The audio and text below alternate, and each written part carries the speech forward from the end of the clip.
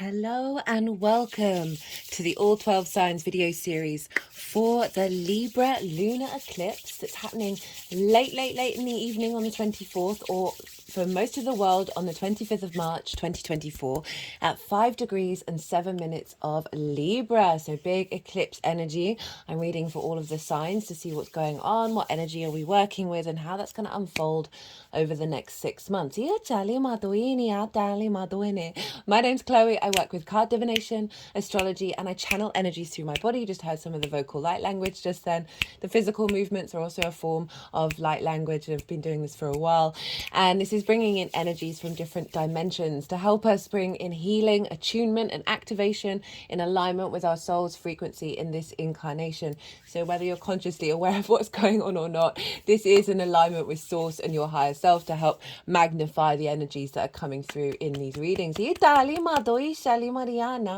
For those of you who know your time of birth and your natal chart, I really recommend you check out the sign that falls in the first house. This is called your rising sign, where your ascendant is. The astrology will link in closest with this because I'll be reading for all the signs as if they are the rising sign. However, this does not invalidate you looking at any other part of your chart. Perhaps where your sun or your moon are, because they always get activated with lunations, especially with eclipses. Just look to the sign and look to the sign and where it falls in your natal chart. Look to the house that it's in and the themes of that house. You want to apply those themes as well as all the meaning that you've got going on in the sign to the messages that come through. It'll be as if that sign has now moved to the first house. So the astrology will still link in. You just got to add on a little bit of natal meaning on top of it. Right, I'm going to keep this introduction short and kick off with reading for Sagittarius. Sagittarius rising. How you doing, Sag? So for those of you who don't have Sagittarius in the first house, which is your rising sign, where your ascendant is, look to the house that it is in, look to the themes of that house, and you want to apply those themes to the messages that come through. It will be as if all that meaning of wherever Sagittarius is, whatever you've got in Sagittarius, is now applied to the messages. It will be as if Sagittarius has now moved to the first house, but with all of the meaning of your natal chart. So the astrology will still link in. You just got to add on a little bit of your own personal meaning on top of it. Right. Okay, so a Libra eclipse, Sagittarius. This is making harmonious aspects to your sign. It's a fellow yang energy, fire and air. They're both yang, they get on, they get easy, free-flowing energy. And so regardless of where Sagittarius falls in your chart, Sagittarius and Libra sextile one another. A sextile is an aspect of Venus, and this is a soft, easy, free-flowing energy, bringing in creativity, bringing in connection, appreciation, a value, a sense of love, harmony, grace. So it's a very, very supportive energy showing up with this eclipse, and eclipses can be big energy. This is when we have the sun and the moon meeting at both the horizontal and the vertical axis, so it's bringing the cosmic energy into the 3D. It's very powerful stuff. It's often very sort of fated energy that are linked into more longer term cycles, right? Because the nodes it's about 9 years for them to reverse and about 18 years for them to return. So these are bigger, longer cycles. And so often it can feel a bit disruptive because it's a bigger energy, and we're often bringing about change or unexpected change. And that's because even if it is disruptive, just bear in mind, know that it's taking you to a place that's allowing your soul more freedom.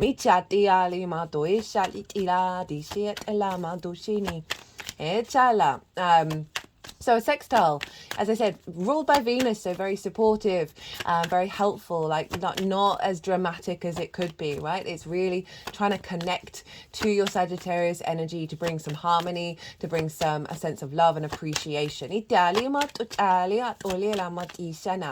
Now, I'm pulling cards for 3 different piles. The first pile is the lead up to this eclipse. This is a 6-month process from that solar eclipse that we had in Libra last year. Everything that you've been working on and integrating over the last 6 months, what's being completed, because this is an eclipse, it's a full moon. And full moons often represent completion, a sense of an ending, and a sense of a celebration, right? And so with that, with the pile one, this is what is being completed with this eclipse, and what is your energy that's then working with the eclipse cycle. So I work with those 6-month cycles, and that applies to pile two, right? Pile two is the energetic frequency that's being downloaded into your vessel at the time of the eclipse.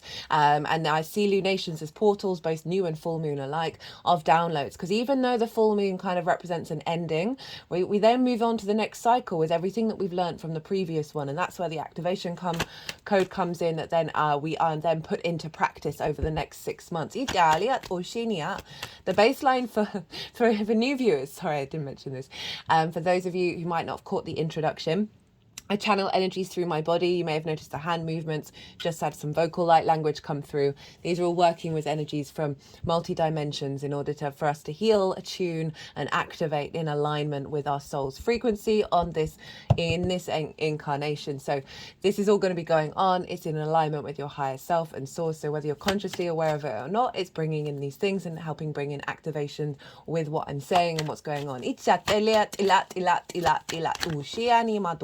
The vocal side of it's been a recent activation for me. I'm still integrating it in the 3D matrix. Where I'm getting more and more English translations. And so we'll see where that all goes. So what was I talking about? Oh, pile two, yeah. So pile two is the energy download that will then unfold into your vessel over the next 6 months, right? The baseline for pile two is the collective reading. That's always the first reading that I put out, and it's where I break down the astrology in way more detail. So if at the exact time of every transit, every lunation, or the beginning of a transit, the way everything's talking to each other forms a harmonic blueprint that then influences the rest of that transit. So the frequency in which this eclipse is bringing in is going to be one of the many layers that we have as we move through the world over the next 6 months. And so the breakdown of the astrology, I did a collective tarot card reading. I love that. So much love came through, which I'll explain more why in terms of the astrology later on in the reading. I get to talk about things in a more broad way, channeled messages, that sort of thing. I got quite het up in that reading. That usually happens in the Scorpio and Aries readings, because they're ruled by Mars. I started talking about geopolitics. I started talking about society, and I used to do that a lot more. But I find that it's the more that we do the inner work, the more that we integrate ourselves, the more that comes alignment comes in around in our world, right? So if we focus about the big worries and the big scares, we can often get sucked into that vortex. But I used to work in the law, and so justice is the tarot card for Libra.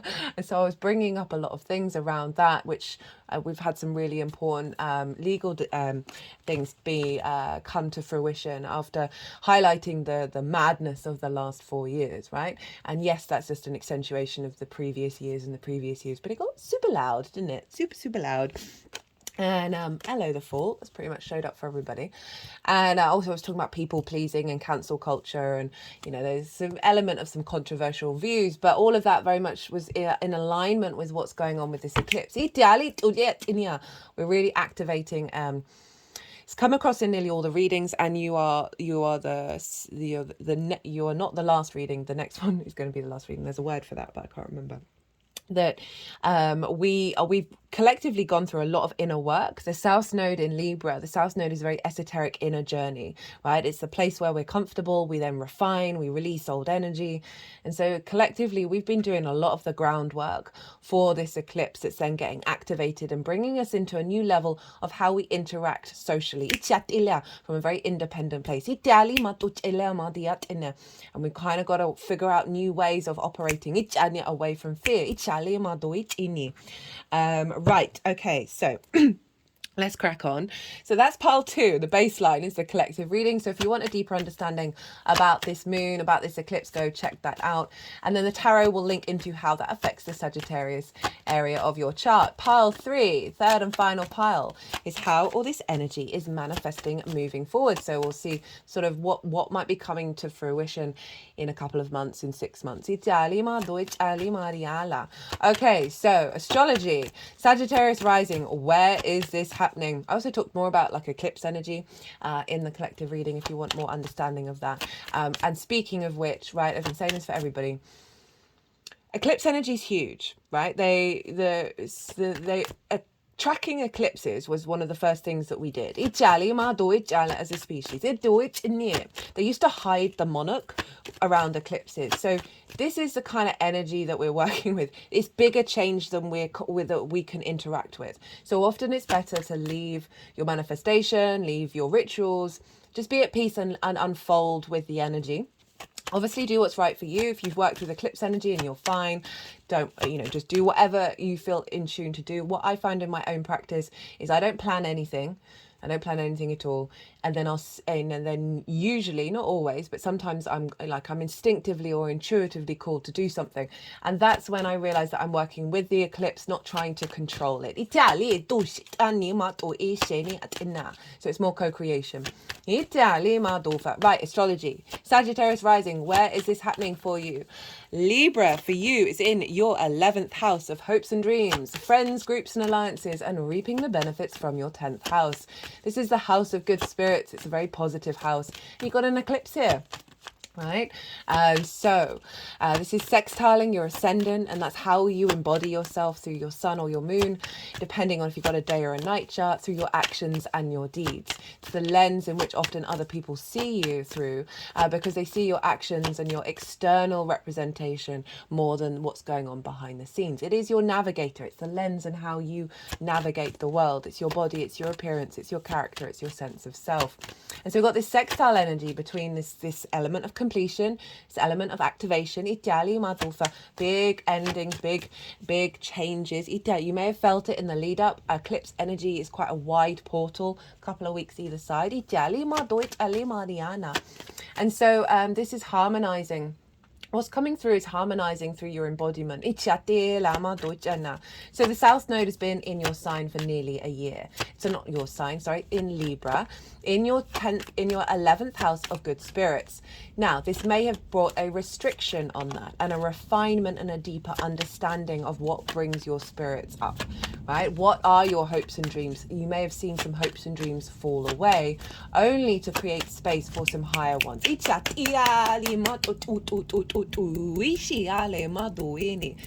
It's also friends, groups and alliances, and so this could have been a refinement of how you connect to people. There may have been certain groups that you're just like, this just isn't, we're not resonating anymore, and you felt the need to withdraw. You may have withdrawn from sort of more social activity,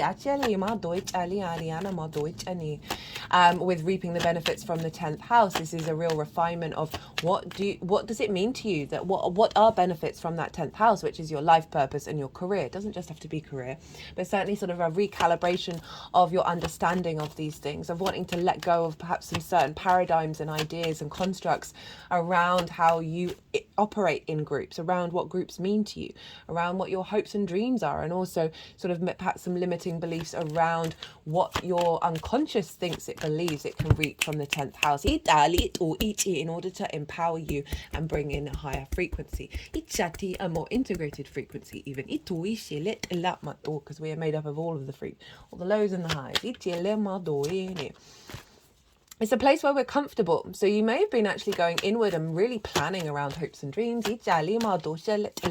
Seeing old paradigms come up while you've been working over that. A real desire to connect to soul family when it comes to friends, groups and alliances. And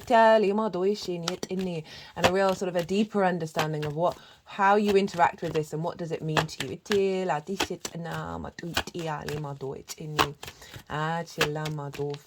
And again, you might have seen a restriction on what you reap from your 10th house, but it's in order to really recalibrate. Okay, am I still going to do what I'm going to do? Do I still love what I do, and still continue, even if I might not be getting what I kind of feel like there's a feedback loop of receptivity, right?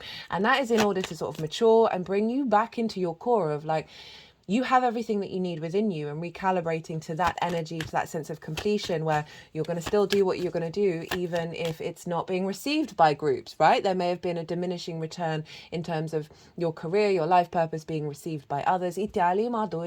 Really just to strengthen your commitment and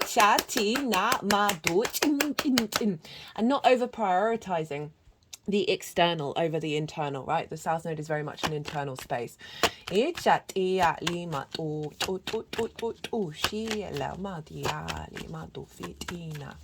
So that's all sextiling your ascendant. So you've then been finding new ways to try and embody this journey that you're going on, right? This exploration of this depth of around your spirits, right? Around your hopes and your dreams, and seeing how it feels in your body, seeing how you then take action through that. Just finding a bit more ease, because you're clear. All I'm really getting is that you've cleared a lot of space in order to create with this new frequency.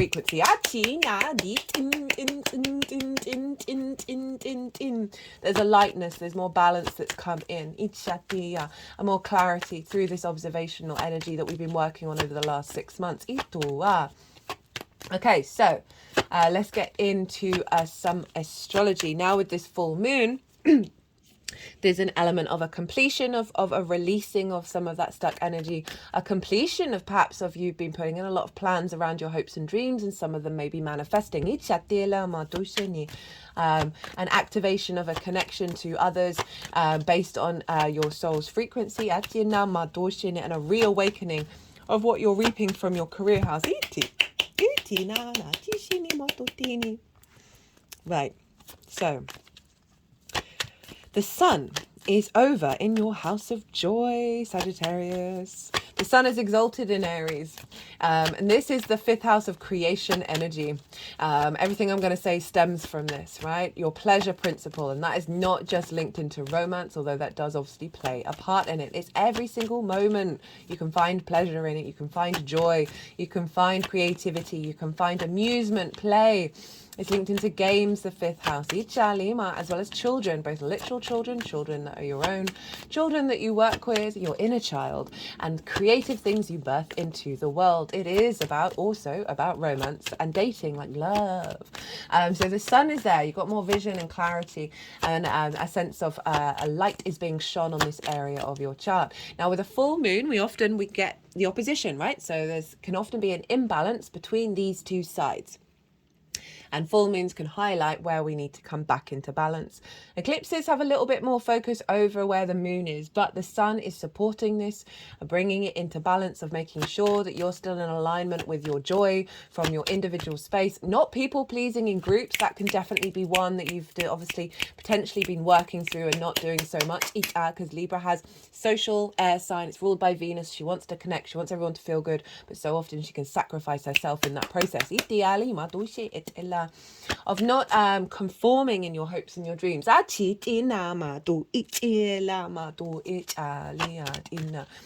that sun, that very powerful sun, where all its qualities are raised on high in the sign of Aries, very independent, very fiery, could be feeling very creative, full of a lot of passion. And what this is bringing in is a real harmonizing of you being able to find joy now, finding more creativity with the people that you interact with, finding more joy in activating and taking steps towards your hopes and your dreams.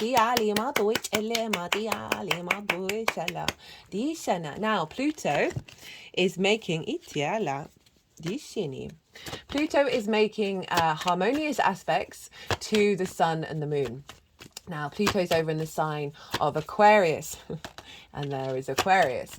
So this is also sextiling your energy, Sagittarius. So you've got a sextile from the moon, which is Venus. You've got a trine from the sun. I forgot to mention that. A trine is an aspect of Jupiter, so another benefic planet. It's an easy, free-flowing energy. It brings things together in order to expand and elevate, right? There's a real sense of wisdom, of knowing, of confidence, and within all of that deep knowing within ourselves, that's when we feel more expansive, more generous, and more opportunities and luck can come in. So you've got that with the sun over in Aries with your Sagittarius energy. So there's a real sense of facilitation of finding the embodiment of your own wisdom, of your creativity and your joy and your pleasure, that is feeding into your embodiment of self, helping you feel good. And then the hopes and dreams of getting creative, of figuring out through your actions and your deeds how to manifest these things into being. Now, Pluto over in the sign of Aquarius is sextiling your Sagittarius energy, is sextiling the sun, and is trine the moon, and this forms a cradle. So something is really being rebirthed for you, and that has been that's been a theme throughout all of the readings. We've had rebirth cards, we've had awakening cards. So Pluto, let me talk about it in reference to the sun and the moon. So it's trine the moon, and you have Aquarius in your third house, and this is the house of communication. It's your environment, it's your day-to-day, it's your local community, schools, learning something new for the first time, short distance trips. Pluto is transforming your communication. It's transforming your environment, right? Pluto is linked into your innate id power, your primal power, your magnetism, and the capacity of transformation. And so Pluto is in Aquarius, which is sort of universal truths. It's pulling us into to transform into universal truths in the way that you communicate, right? In the way that you reorientate yourself to your environment and finding meaning in your day-to-day, right? And it's trine the moon. And so this is providing elevation and wisdom and magnetizing towards you situations in your day-to-day that are facilitating, activating this new frequency. The day-to-day is so important. I love the third house, and this is about putting into practice those hopes and dreams, taking those small baby steps. Perhaps meeting people in your local community that then access you into larger groups. Sharing your skills, your resources from the 10th house, or meeting people that are helping activate your 10th house.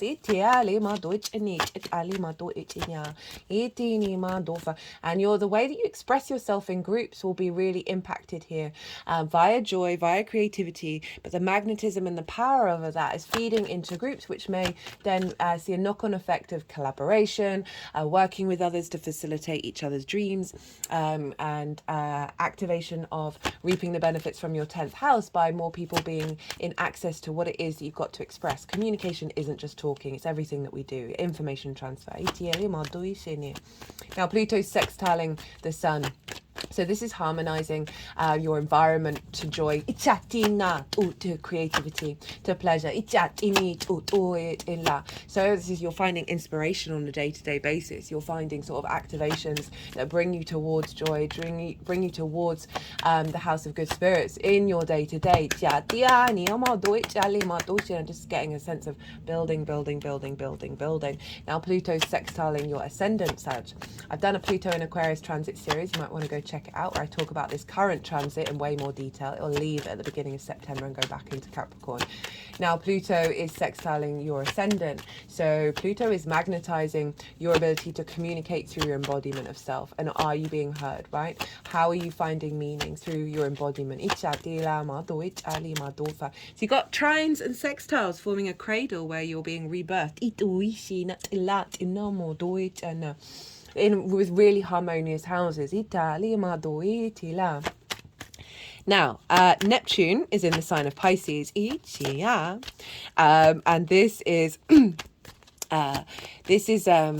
your fourth house.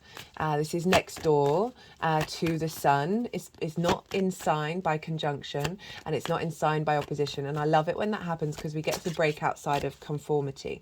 Now, Neptune is very good about bringing different realities into your own. And it's coming from your fourth house, which is your roots and your foundations, your ancestors, both blood and soul lineage, your parental figures, the roof over your head, and the things that you do in private. Now, Neptune even is drawing up from your foundational space, from your ancestors, from your soul family, the truth of your soul. Healing wounds around parental figures. And feeding this into your house of joy. Feeding in this into your creativity of strengthening from source. The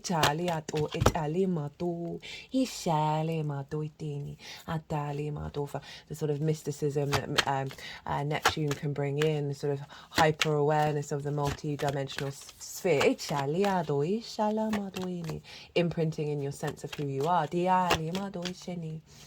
Now, Neptune's not the only one in Pisces, so we want to look to the rulership, because that's the kind of the main aspects that's going on with this eclipse. There's not too much going on.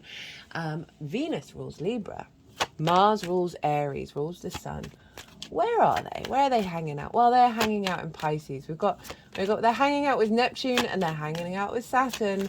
There's 4 planets in the sign of Pisces in your foundational space. This is squaring your Sagittarius energy. So things are being built, things are being created over this cycle.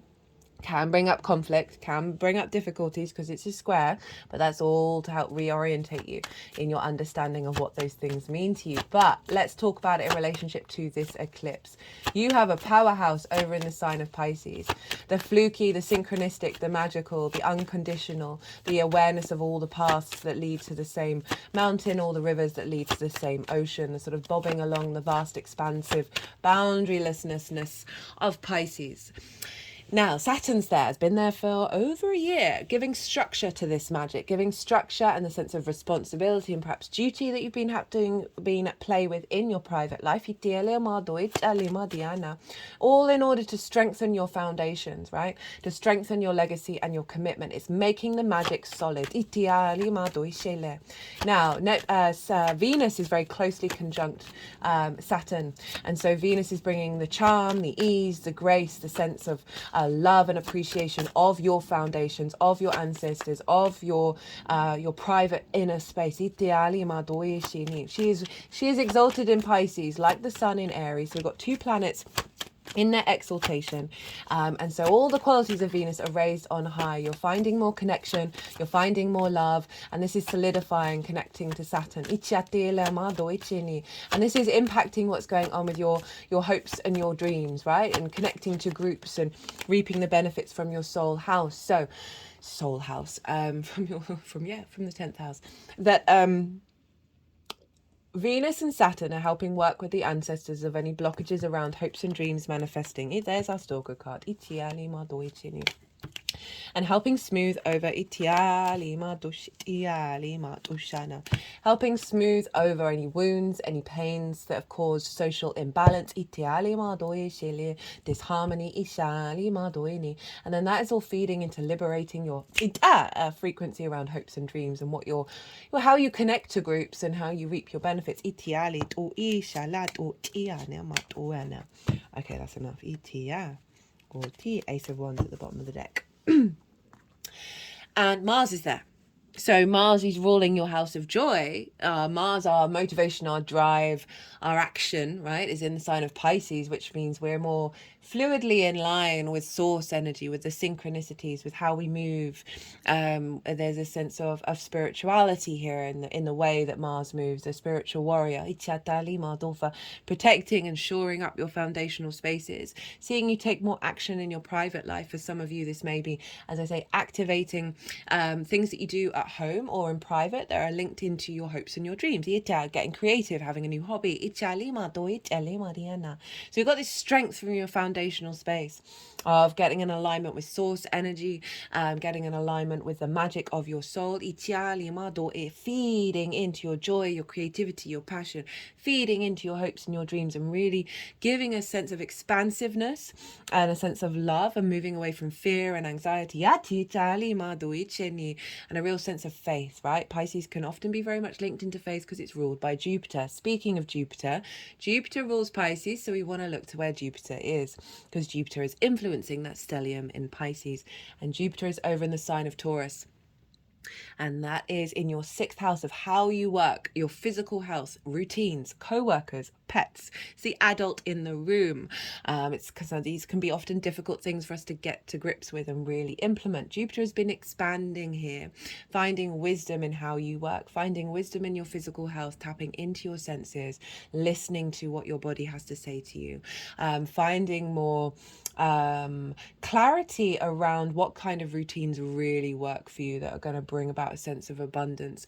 Also expansion in the way that you work, abundance in the way that you work, really recalibrating with this. And this is feeding into your 4th house, right? Of what I'm getting is whistle while you work.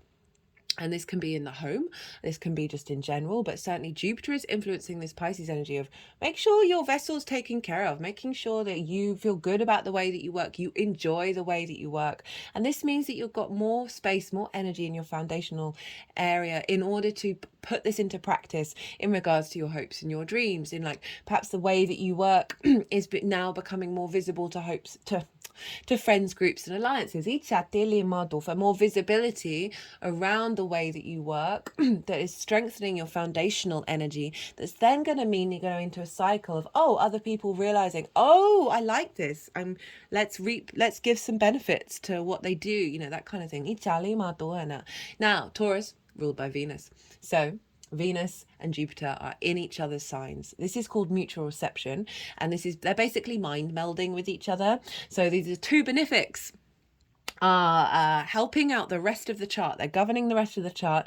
Venus is in a really happy place. Jupiter is taking its time, giving us the wisdom of patience in our physical body, of feeling good in this 3D realm. And they are essentially, they're supporting one another. They are sharing each other's resources, facilitating each other's journeys, and really activating a very strong empowerment of you infusing your foundational space with you being the adult in the room, right? Not sacrificing your sense of self when it comes to your hopes and your dreams. Not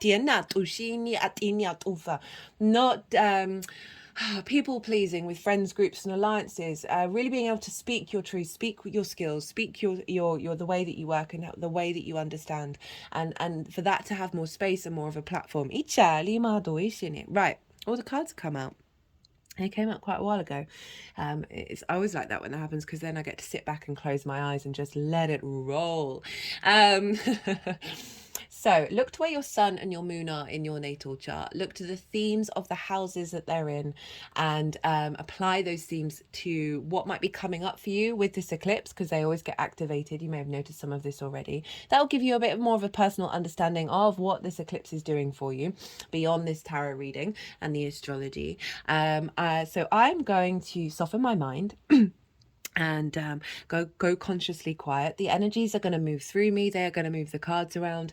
They'll do some physical and vocal light language, and then they'll move the cards into the 3 piles.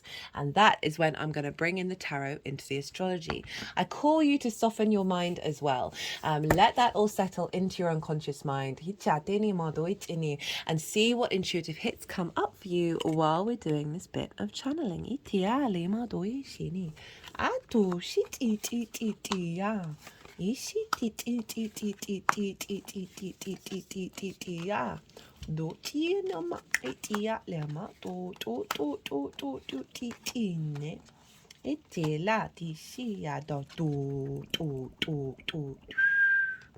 Yala. Do ti ne ya to tin. Oh, 3 kings. Ita li ti ya. Ana dishi.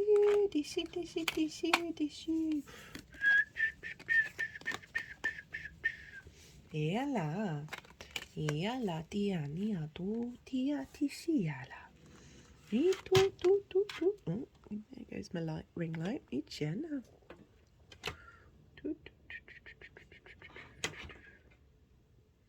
Everything's about to fall over. Tishala. Tinima tia.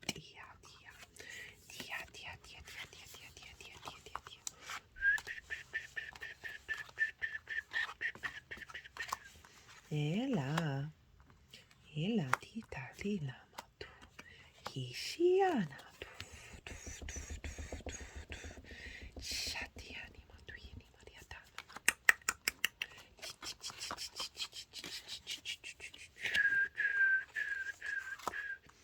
Dia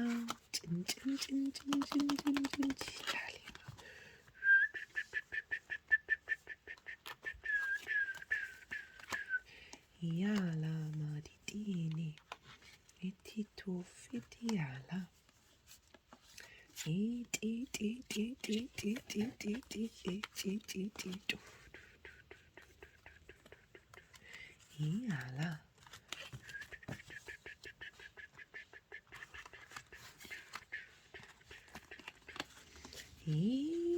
Itia.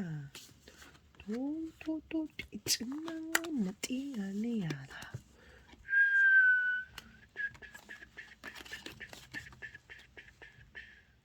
Dia sale Maria la matuitia li Mariana. Ita. Well said.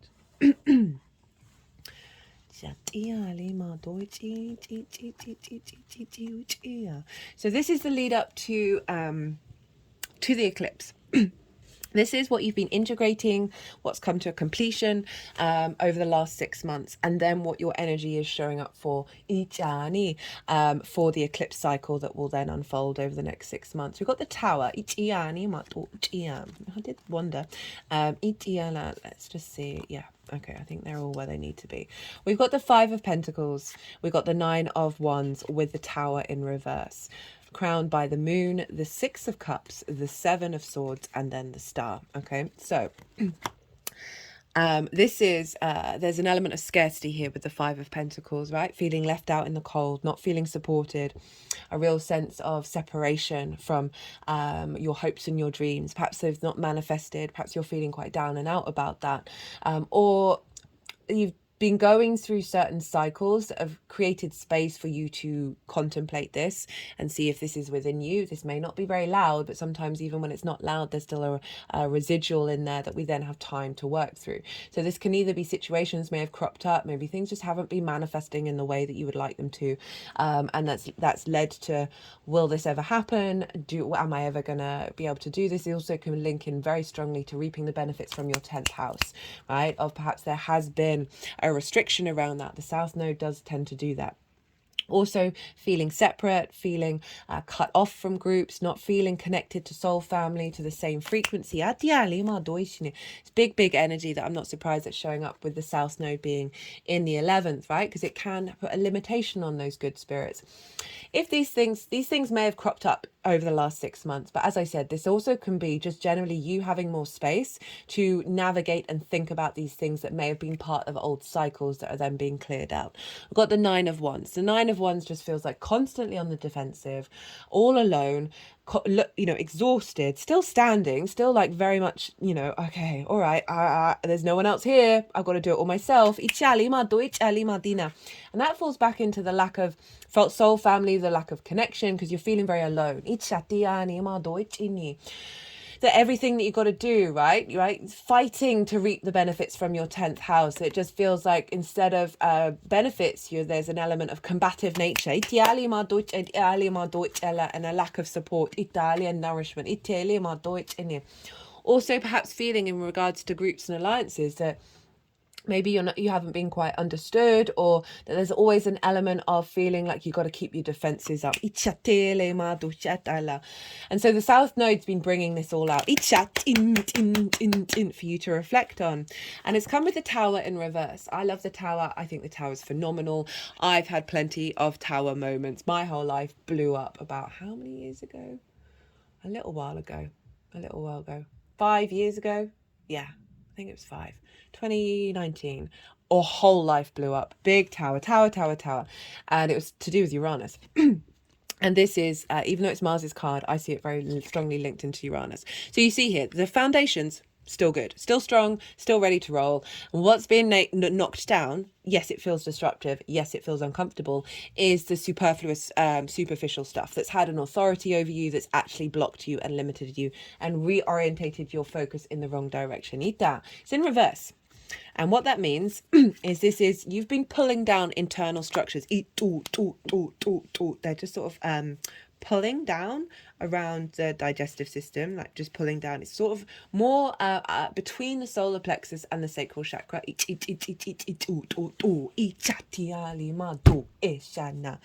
And so you've been pulling down structures, and even though it may have felt discombobulating and uncomfortable, this is freed up a lot of space. I've been talking about space quite a lot in these readings. That Libra, like there's a level of anxiety because there's a level of clutter. It's a social air sign ruled by Venus. Venus is traditionally a night planet. So in a day sign, bit awkward, a bit anxious.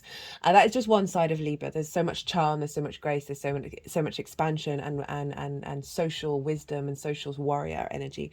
But the more that what I really feel like justice is the tarot card, is that there's a sense of drawing a line under things, making a judgment about things and coming to a clear decision and moving on to the next thing. And what this feels, this whole transit, and for every reading, is very much like we've been putting in the work to clear up the clutter for this new activation. So it's crowned with the Six of Cups, Seven of Swords. Six of Cups is very much being able to reflect on the past, both in this lifetime, many lifetimes, ancestors, collective stuff, and be more at peace with it and move away from grief.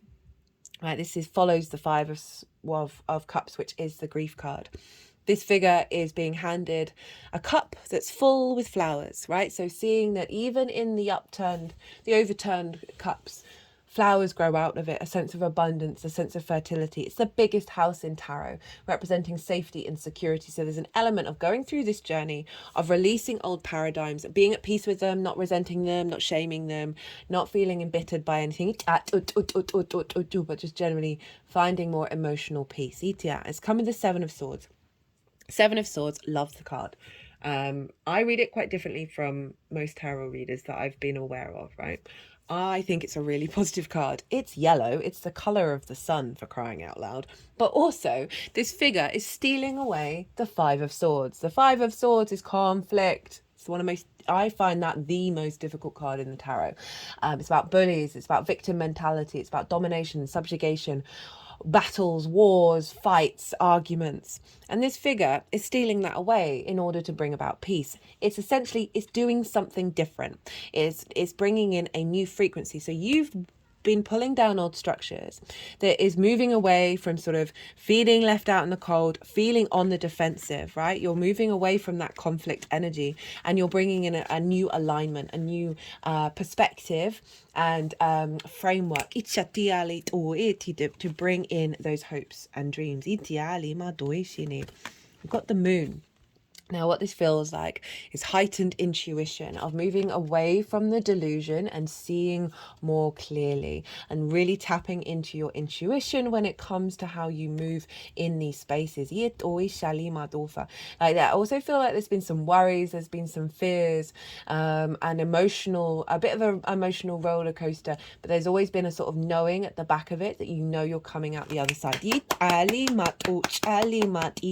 even if things may have felt unsteady, that it's going to be recalibrated. It's the heightened psychic intuition that's cropping up. It is also Pisces, which is your foundational space. So as I said, there may have been some difficult things. Saturn being in Pisces can do that, in the fourth house, but there's just been a building of your intuition, of knowing, okay, right, this is this particular cycle, I'm going to be moving into a next one. And by doing that and practicing your intuition, you're then really heightening it. Your energy is the star. This is Aquarius. It came out when I was talking about Pluto in Aquarius. And this figure follows the Tower, actually, that having gone through some deep healing has come out the other side and is able to hope and dream again, and so appropriate for the 11th house of hopes and dreams. This figure is unclothed. She is rid of masks. She is so uniquely herself, and you've been realigning with that, right? You may have had to have gone through some difficult energy in order to come to understand the truth of who you are, your galactic and earth nature combined. So this is your energy showing up, your stardom, your visibility in groups.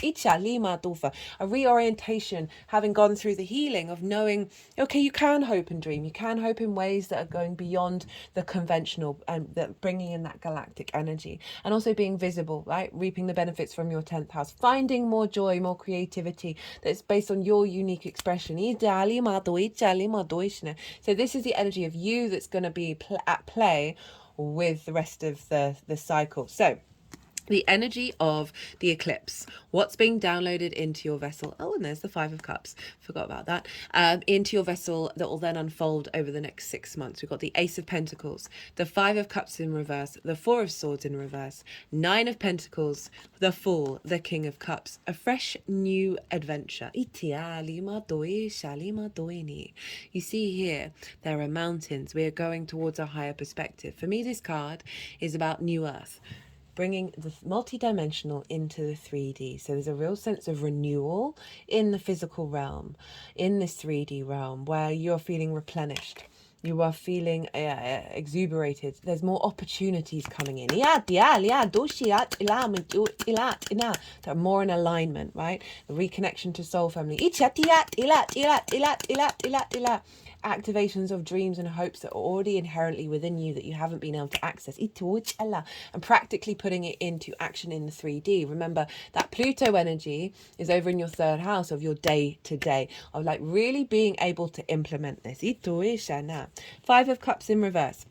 This is a reversal of grief, of that pain that may have blocked your heart, of how to tap into those things of the 11th house, right? The lack of flow, the lack of connection, the lack of manifestation, showing up in reverse. And I love that because you've gone through the 6, you've worked through that, you're making at peace with things, and this is really being accentuated.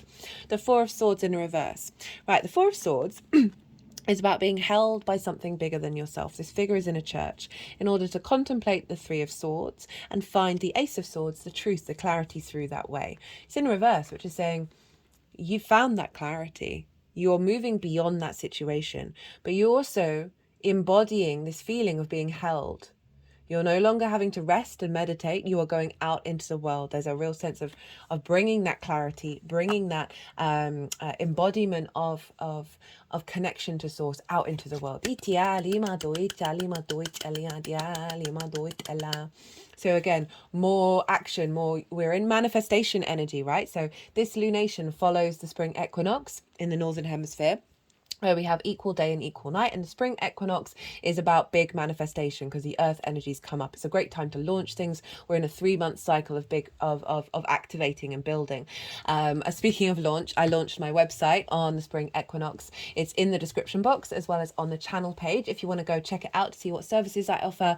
If you want a personal reading, so that's already linked up. I had so much fun making it. It's taken me a while to get the inspiration to do it. I can be quite stubborn sometimes. But anyway, this sense of going out into the world, more yang, going, acting on this sense of serenity that is being embodied. Moving away from the defense mechanisms, moving away from the scarcity. It's come with the Nine of Pentacles. And the moment they put that there, I was like, yeah, I like this for the 11th house. Nine of Pentacles, this is making the decisions that are right for you, for your abundance, for your sense of overflow, right? Rather than people pleasing. This figure is very independent. They're not bothered. They're going to do what they're going to say no. So if there's been boundaries around saying no in terms of friends, groups and alliances, there's been boundaries that have just come up where you're like, oh, I should go help this person rather than focusing on my dreams. This is kind of saying, no, you're elevating that. You're really stepping up for yourself, Ichal, in a healthy way. And also the fact that this is saying, hey, you're going to be able to, you're embodying the energy of knowing what to do in order to facilitate those hopes and dreams to this sense of abundance. There's a real sense of being seen as something. I'm really getting visibility come through a lot. Seen in terms of reaping your rewards, that rewards will be coming in order for you to take these steps and then facilitate your hopes and dreams. I'm also getting a leveling up in terms of the groups, friends, groups and alliances you connect to that sort of honor this energy. Moving away from the sensitivity of like getting upset if you say no to something and seeing I respect and honor this person's journey. And also a sense of collaboration, which we've got here with the Three of Pentacles. So very empowering for you, Sagittarius. We've got the Fool. As I said, the Fool has shown up in the collective reading and pretty much for all of the readings so far. Because we are going into a new framework, it feels incredibly powerful. That Pluto aspect is really, Woo! The Fool, open-hearted, right? Its chest is really far forward. Its heart space is really wide open. The arms are really broad, right? It's looking up into the world. It's full of curiosity, awe, and open to the good, the bad, and the ugly of life, and just really finding the love of it. We can mock the Fool because it looks like the Fool is about to step off a cliff, but it does so knowing that a new reality will come up underneath it. There's a real element of faith here with the Fool. There are mountains in the background representing the higher perspective that the Fool orientates from. So there's a real sense of refreshed energy of, rather than sort of being hunched over and feeling you're on the defensive, the Fool, there's a naivety there, there's a curiosity there in the best possible way of like really shackling, getting rid of the shackles of those things that have limited your ability to really crack your heart open. Got the King of Cups. King of Cups are very emotionally in control, right? Kings take sovereign action based on the wisdom of the queens. They are able to implement their element and their symbology. Now, this is intuition. This is creativity, right? Over in the 5th house, this is emotional connection, love, a sense of intuition, psychic abilities. So what's being implemented is your ability to attune to your intuition about where to guide yourself in terms of activating your own sovereignty, activating your plans, and you perhaps coming across as very in your power in the best possible way with friends, groups and alliances. There's a sense of maturity and sovereignty here, and authenticity and agency that is then rippling out in the way that you understand the benefits from your 10th house and being received. Also, when I saw that there initially, I was like, that feels like that might be, and I very rarely talk about other people, that might be somebody coming into your life that is activating the good spirit. That can be source energy. That could be a guide that comes in. That also could be manifested in a 3D film. But, you know, really just generally you feeling more confident. If you think of Pisces as that water energy over in your foundational spot, having the King of Cups show up is saying like this maturity, this sense of really knowing how to operate from your intuition is being magnified because it's inherently bringing about a sense of balance, because it's moving away from the distortions of the trauma. Now for the energy how this is going to manifest moving forwards, we've got another 2 kings, we've got the Magician and the 3 of Pentacles. So this is really confirming that this is activating you being able to take action, right? Rather than the limiting energy, the scarcity, the constantly being on the defensive. You're not on the defensive anymore. You are prioritizing your actions. You are embodying this, a real sense of maturity with the fire, with your passion, transformative, very creative, very entrepreneurial. The King of Swords, very clear, very divine inspiration, be able to act with clarity. This is for your instincts. You've got your intuition, instincts, and your mind all being heightened in the way that you take action. So really solidifying you feeling more in your sovereign nature. And the balance between your creativity and your hopes and your dreams, and feeding the pleasure and the joy and feedback loop, because we've got air and fire here, Aries and Libra, of really bringing that into balance. We've got the Magician. Right, great card to show up of how this is going to unfold, of you knowing you've got the resources around you, you able to manifest your hopes and your dreams, you perhaps being seen as a magician by friends, groups and alliances. There being more play, there being more fun involved, right? Big manifestation energy showing up here with the Magician. And then we've got the 3 of Pentacles. This is all about collaboration. It's mastery as well. Mastery of self, and then drawing towards you other energies that then co-collaborate to build something beautiful and long-lasting. So there's a real sense of you feeling very confident within yourself. You're connecting to soul family. You're connecting to others in order to build together. That can be on the material plane as well as on the multi-dimensional plane. There's a real move away from feeling a bit insecure, feeling a bit shaken up, to like 3 kings, right? And that there's a new alignment. We've got the Ace of Wands. Oh, hello, High Priestess. The Ace of Wands is a real sense of new passion coming in, a revival of your power, of your inspiration, of your instincts. Think about that Nine of Wands of feeling burnt out. This is the invigoration that is coming through. Okay, right. Let's see what's going on. Healing, service to others.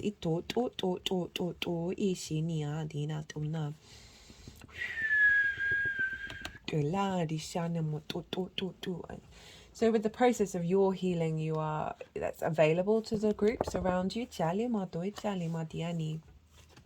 And that the healing that you're doing is helping open up more space to engage with others. I'm not, the service to others, I'm feeling perhaps this is your 10th house being more accessible to friends, groups, and alliances. Some of you may be in the healing practice, and you've had to go through a process of reevaluating and figuring out what that means. Cut the deck and got the star. That's ridiculous. Potential success, happy endings, promising beginnings. Activating your stardom, right? Being able to do deep healing, right? We're in the collective arena. That is, the friends, groups, and alliances, that is really, as I say, like opening up a pathway because you've created space that is allowing that frequency to reach others. It doesn't necessarily have to be that you physically are in service to others, but just what's coming through is actually helping the collective. We've got energy and flow. So moving away from that stagnant kind of blocked energy and activating more alignment, more connection.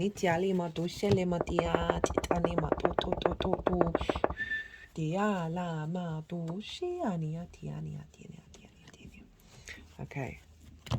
Perseverance. You've gone through some stuff, and then there's change. You're changing.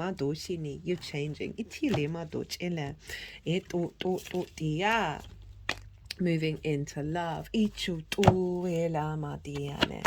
Yeah, so having cleared out some old paradigms, activating change, big change within you, we're bringing in that love. And the love showed up so much in the collective reading, so much cups showed up, and there is a real sense of, through this balance, we are allowing more space for creativity, curiosity, expansion, and being able to dream again, right? Being able to fall in love with our dreams.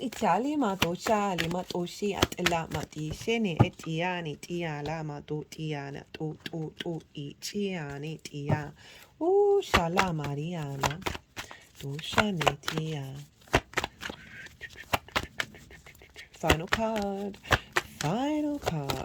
for Sagittarius. They're really right. Do we not want any cards?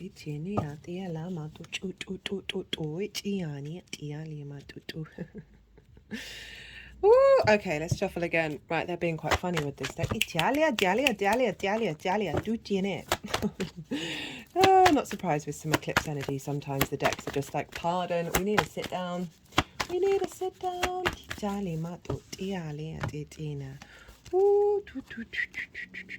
got new beginnings and intuition. Right, so a heightened sense of you knowing where to go, not worrying, not, the opposite of dreams is fears, isn't it? So moving away from that space, very, very clear. Right, Sag, I hope you enjoyed this reading. If you did, be lovely if you hit that like button. Be very much appreciated. Be good to yourself, Sag. Be good to those around you. And most importantly, be well until we meet again.